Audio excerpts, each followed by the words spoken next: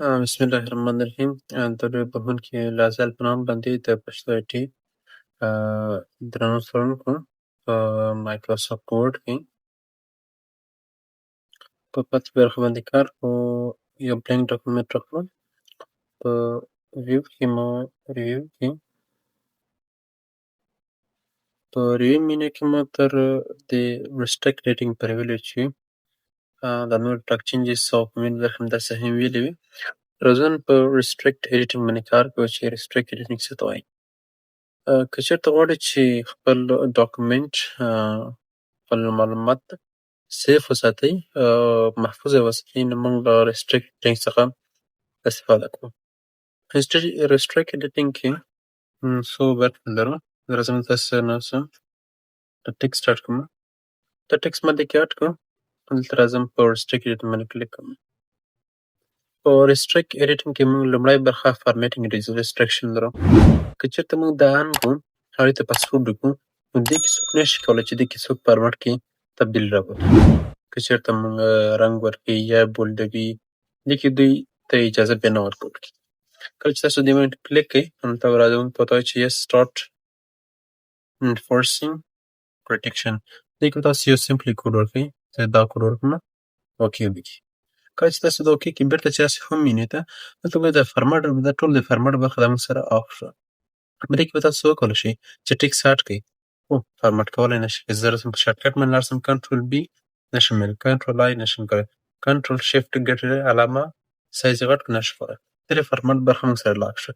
که چېرته څوک وغواړي چې خلاص کړي، نو دوی مجبور دي چې دا باید د جي سټاپ پروټیکشن باندې کلیک کړي او باید د پاسورډ انټر کله چې دوی دا انټر کړي، دا برخه به خلاصه شي.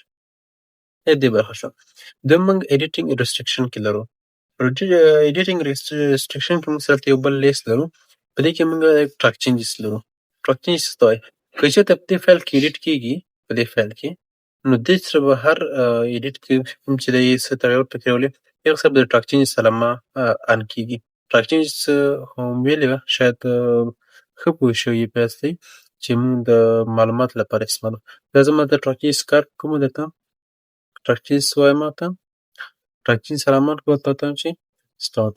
پاسورډ یې څه ورکړمه؟ صحیح شو. اوس که دلته راسم انټر وهم، دلته ماته یوه علامه راښيي. که چېرته ولیکم چې خان is my brother. خان is my brother. دا جمله مات کړه. دا موږ ته په دا سور لاین کې راغی، یو انډرلاین هم دی. که چېرته زه ټکسټ ډیلیټ کړم، دا موږ ته کراس لاین ولري. صحیح شو. دا زه ډیلیټ کړم، دا به کراس لاین ولري. که دې کې څه تغیرات راځي، نو موږ ته په ټاک چینجز کې علامه راځي. که چېرته آف کول غواړئ، نو موږ په سمپلي سټاپ پروټیکشن باندې کلیک کوو. دا موږ سره آف شي. په دې کې دویم آپشن موږ د کومنټ برخه لرو. نو دې کومنټ کله چې تاسو ان کړئ، نو دې کې به هېڅوک تاسو ایډیټینګ پکې نشئ کولی. یوازې به دې کولی شئ ایډیټ په کومنټ پکې اډ کړئ. نه به څه اډ کولی شئ، نه به تغیرات پکې راوستلی شئ. یوازې به دې کولی شئ چې کومنټ ورکړئ. پاسورډ ورکولی، پاسورډ ورکړئ، ورته به هم اوکې. کله چې اوکې کړئ، موږ سره دا برخې ور آف شي. آف دي. یوازې موږ په ریویو مینو کې یو د کومنټ برخه ده. سمپلي په کومنټ باندې کلیک کړئ. هلته ورته وایي چې پلیز add out of one of my photos. صحیح شو.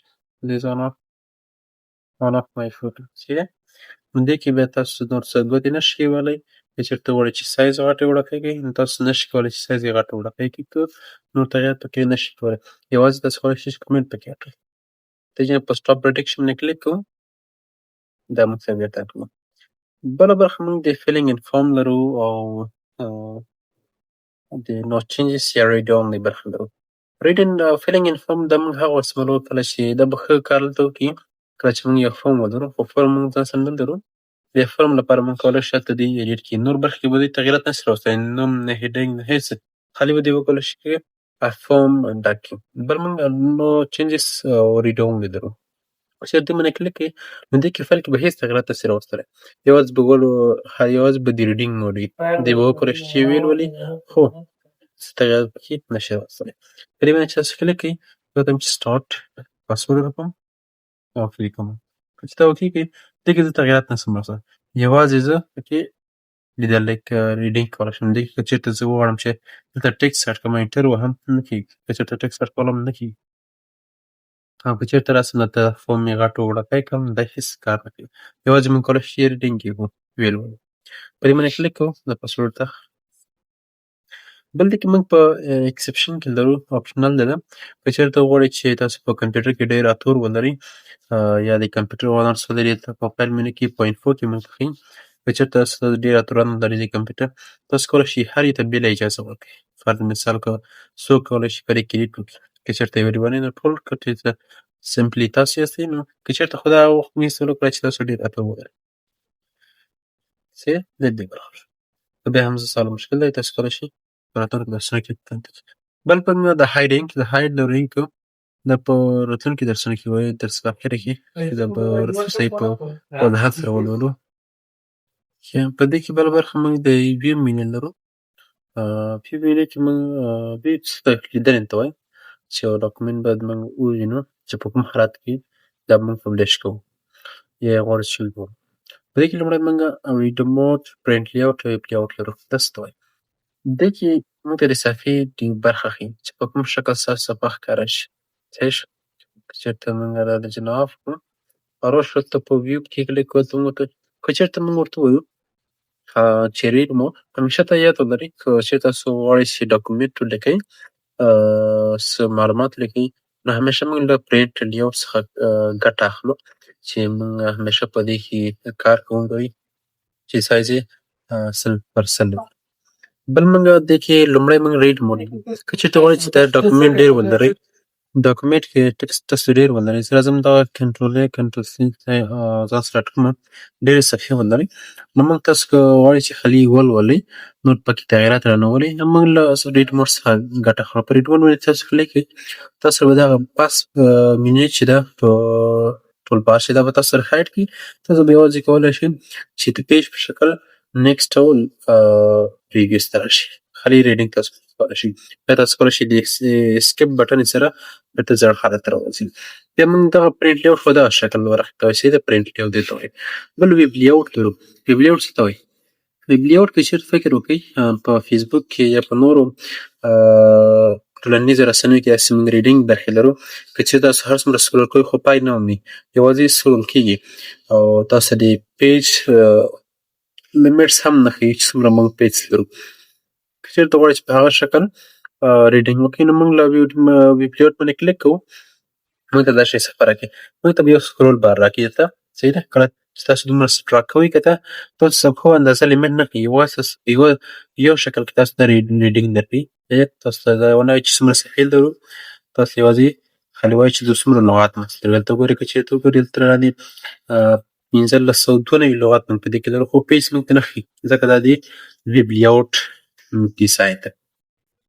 بل موږ آوټلاین او آوټلاین ډرافټ هم موږ هم د ریډینګ د لوستلو برخې لپاره موږ استعمالوو.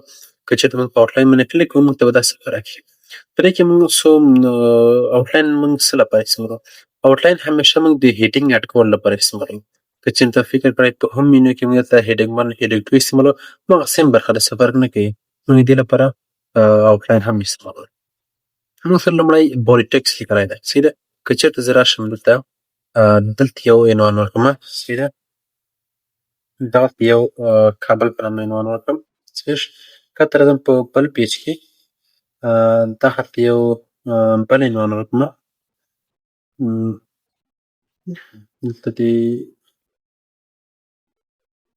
دلته یو پارس په نامه عنوان ورکړم صحیح ده. دا دوه عنوان ما سرچ کړه راځم په ویو مینو کې په آوټلاین باندې کلیک کوم. آوټلاین موږ همیشه د هیډینګ لپاره استعمالوو. په دې کې ګورئ موږ دغه لومړی باډي ټکسټ لرو. باډي ټکسټ نورمال خط ته ویل کېږي چې پکې هېڅ نوع هیډینګ استعمال شوی دی. په دې باندې چې تاسو کله کلیک کوئ صحیح ده زه ټاپ ته راځم په دې باندې چې کله تاسو کلیک کوئ مثال زه دا کابل ده که چېرته غواړئ چې هیډینګ ورکړئ تاسو کولی شئ د هیډینګ 1 هیډینګ 2 هیډینګ 3 هیډینګ 9 پر استعمال کړئ. تاسو کولی شئ په هم مینو کې هم اډ کړئ چې هم تاسو کولی شئ. آوټلاین همیشه موږ د هیډینګ لپاره استعمالوو. که چېرته باندې کلیک کړئ تاسو به دا هیډینګ 1 ته ووایي صحیح ده. زه راځم دغه پاریس زه غواړم چې هیډینګ 2 ته ووړي نو تاسو کولی شئ سمپلي په دې روحي باندې هم 1 او هیډینګ 2 ته لاړ شئ. که چېرته غواړئ چې هیډینګ 3 دې وي نو به هیډینګ 3 شي. که چېرته غواړئ چې بېرته پریویس ته راسئ هیډینګ ته راسئ تاسو کولی شئ ونیئ کته مخکې او وروستي هیډینګز ته راشئ. دلته کې موږ ایروکیز لرو چې دغه ایروکیز موږ څه لپاره استعمالوو. لومړی په دې کې موږ دغه اپر علامه لرو، دوم ډاون علامه لرو. که چېرته غواړئ چې یو هیډینګز یا پاراګراف کته راولئ یا یې پورته بوځئ نو موږ دغه موس په کلیک کوو. که زه غواړم چې دغه هیډینګز دي دغه په ډیټیلز ته راسي، دغه متن ته راسي چې یو دغه متن دی دا هیډینګ دلته راشي، نو موږ په دې باندې کلیک کوو. تر سمپلی په دې باندې داسې کلیک کوو، دا به پورته راشي. څوم چې دلته دې اوسي دا دلته راشي. او کابل کلیک کوم، کابل کته راولم. صحیح، هلته کته راغله. کله چې کته راوسته هر څومره کته راوستل غواړئ تاسې راوستلی شئ. بل موږ پلس او ماینس علامې لرو. پلس علامې او ماینس علامې څه ته وایي؟ که چېرته تاسو یو پاراګراف ولرئ، زموږ د هیډینګز د کابل په خالي د عنوان ښکاره شي، نور د متن نه ښکاره کېږي، نو زه په ماینس باندې کلیک کوم. صحیح ده. دې کې چې ماینس باندې تاسو کلیک کوئ، صحیح ده، د دې متن معلومات پټ کړه د پاریکس په باندې خالي ماته د کابل معلومات ښکاره کړه، نو ماته هیډینګ ښکاري خو دا نه ښکاري. که چېرته زه په پلس باندې کلیک کوم نو ماته به ټول معلومات بېرته ښکاره کړي. که زه غواړم چې د کابل معلومات هایډ کړم نو په ماینس باندې به کلیک کوئ، هلته به هایډ کړي. که چېرته غواړئ چې شو یې کړئ تاسو په شو باندې کلیک کوئ. په دغه ډول تاسو کولی شئ چې پریویس او نیکسټ هیډینګ ته لاړ شئ. که چېرته غواړئ چې لومړي هیډینګ ته راشئ دې باندې کلیک کوئ، او که چېرته غواړئ چې باډي ټیکسټ نورمال ته راشئ نو دا به اخر حد تاسو باډي ټیکسټ نورمال ته. بل شو لیولز دي. که چېرته تاسو ډېر هیډینګ ولرئ، هیډینګ 1 نه تر هیډینګ 9 پورې، نو که تاسو غواړئ چې هیډینګ 1 دې وښیي نور دې نه ښیي، عمومي عنوان نور دې نه ښیي، نو تاسو کولی شئ دلته انتخاب کړئ کوم عنوان تاسو وښیي کوم دې نه ښیي. صحیح ده. بل موږ څو ټیکسټ فارمیټینګ لرو. که چېرته ټیکسټ موږ فارمټ کړی دا به ورته ان کړي. که چېرته غواړئ چې شو فرسټ لاین اونلي دا به ورته هایډ کړي چې کوم لومړي لاین دې موږ ته وښیي. صحیح ده. بل شو ډاکومنټ او کلاپس ډاکومنټ دا به تاسو کار وکړئ چې موږ دا ساده دي. که چېرته غواړئ چې ډاکومنټ دې هایډ شي دا تاسو کولی نورې برخې درکوي، تاسو کولی شئ په دغه باندې هم کار وکړئ. دا ځان سره کار وکړئ. بل موږ راځو په ویو مینیو کې ډرافټ لرو. ډرافټ څه ته وایي؟ ډرافټ هم یو د ریډینګ موډ ده. که چېرته غواړئ چې په داسې شکل ریډینګ وکړئ تاسو کولی شئ په داسې شکل ریډینګ پیل کړئ. بل موږ فوکس لرو، ایمټس چې دا هم موږ د ریډینګ لپاره ډېر اساس باندې استعمالوو. که چېرته تاسو کلیک وکړئ تاسو په داسې شکل انټرفیس درکړي چې ټول شیان به تاسو هایډ شي. بیا که چېرته غواړئ چې هغه صفحې راولئ نو په سمپلی په اسکیپ بټن باندې کلیک کوو. اسکیپ بټن شاید تاسو په کار ضبط راولم تاسو ښکاره نه شي، لازم دغه برخه ته خلاصونه دغې علامې ته اسکیپ بټن وایي. چې دا دغه علامې ته که چېرته غواړئ چې د اسکیپ بټن راولئ نو سمپلی په دې باندې کلیک کوئ. او که چېرته غواړئ چې دغه د سکرین کیبورډ ته ښکاره شي، دا کیبورډ په سکرین باندې ښکاره شي نو سمپلی په رن کې په وینکي له آر سره کلیک کوئ. کله چې کلیک او اس کي ولیکئ، او که داسې نشئ کولی په وینکي بټن به ووایئ هلته به او اس کي ولیکئ، تاسو به دا برخه انټر ووایئ او تاسو سره آن شي. په اسکیپ بټن باندې کلیک کوئ دا برخه موږ څخه خلاصه شي. بل موږ رولر او ګریډ لاین نیویګیشن پین لرو. رولر موږ دې لپاره استعمالوو ته موږ رولر لرو. چې دا پرنټ لیاوټ ته راولم دغلته موږ د رولر برخه لرو ان شوې. که چېرته غواړئ چې رولر دې هایډ شي نو رولر نه به ټیک لرې کړئ. که چېرته غواړئ ګریډ لاین ولرئ فایل نو ګریډ لاین به وکړئ. او که چېرته غواړئ چې نیویګیشن پین کې تاسو وګورئ چې څومره هیډینګز لرئ، تاسو څومره پیجز لرئ او څومره لغات لرئ، نو دې کولی شئ دې لرو. موږ څو هیډینګز لرو؟ فعلا موږ 2 هیډینګز لرئ، فایرس او کابل. که چېرته پیج باندې کلیک کړئ تاسو پیج سره هر څومره پیج تاسو لرئ تاسو کولی شئ پرې مشاهد کړئ. بل ریډر که چېرته غواړئ چې کوم لغت فعلا زه راځم کابل. صحیح ده. موږ ته وایي چې کابل په دې ځای کې ده. که چېرته ته یم چې نه ویډیو ماته پکې ویلی ځکه ویډیو لغت ډېر پکې استعمال شوی، ماته به څو ځایه ویډیو وښیي چې ریزلټ څو ده 32 ریزلټ موږ لرو. فرست، سیکنډ، تھرډ، فورث تاسو کولی شئ د دې کې هر مشاهده په کوم ځای کې موږ دا لرو. دا ته وایي د نیویګیشن پین. بل موږ لرو زوم برخه چې دا په راتلونکي درسونه کې وایو. که په درسونه پوه شوي یاستئ معلوماتي نو همیشه په پشتو IT درسره فالو وساتئ.